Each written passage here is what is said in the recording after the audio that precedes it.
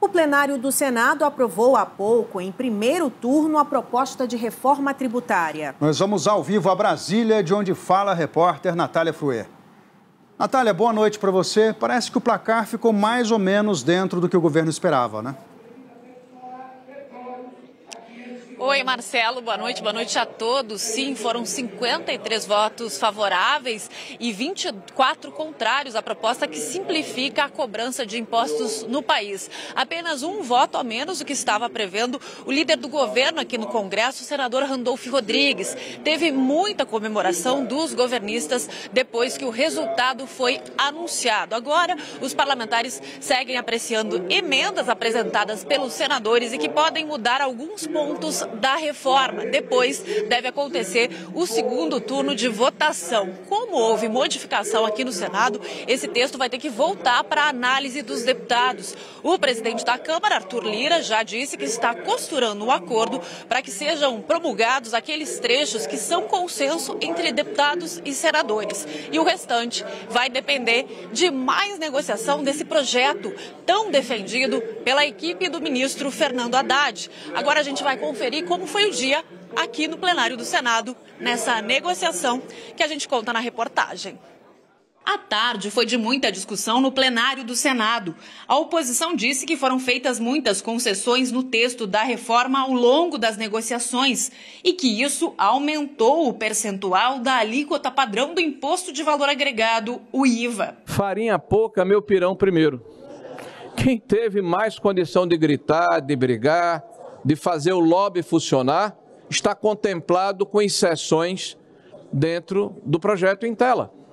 Pelo texto aprovado nesta terça-feira na Comissão de Constituição e Justiça, o IVA ficaria em até 27,5%. Os governistas argumentam que a média do que se paga de impostos atualmente é de 34%. Eu acho no mínimo hilário se defender aqui a manutenção do sistema que está.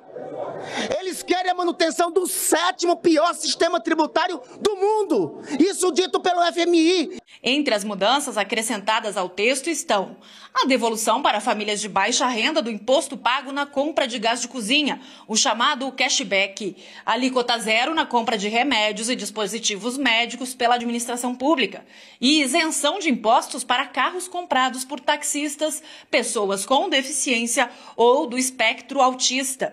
O relator incluiu ainda uma trava que impede que a carga de impostos cresça além das médias dos anos anteriores. Parlamentares da oposição usaram todas as regras do regimento para estender o debate aqui em plenário e conseguir negociar a inclusão de emendas à proposta de reforma tributária. A pressão dos senadores fez o governo passar a tarde contando o voto nos bastidores, já que na véspera da votação a base aliada chegou a dizer que o texto teria mais que 54 votos. O otimismo deu lugar a muita conversa para garantir o apoio de pelo menos 49 senadores em 2 turnos, que é o mínimo necessário para aprovar uma proposta de emenda à Constituição. Mais cedo, em evento no Superior Tribunal de Justiça, o ministro da Fazenda, Fernando Haddad, voltou a defender a aprovação do texto pelo Congresso. Nós podemos concluir, depois de 40 anos, nós podemos concluir em 11 meses uma reforma tributária porque houve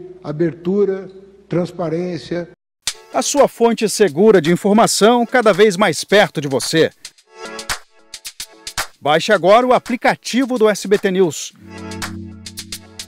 Selecione o que é mais importante e receba notícias personalizadas. Tudo o que acontece no Brasil e no mundo, 24 horas por dia.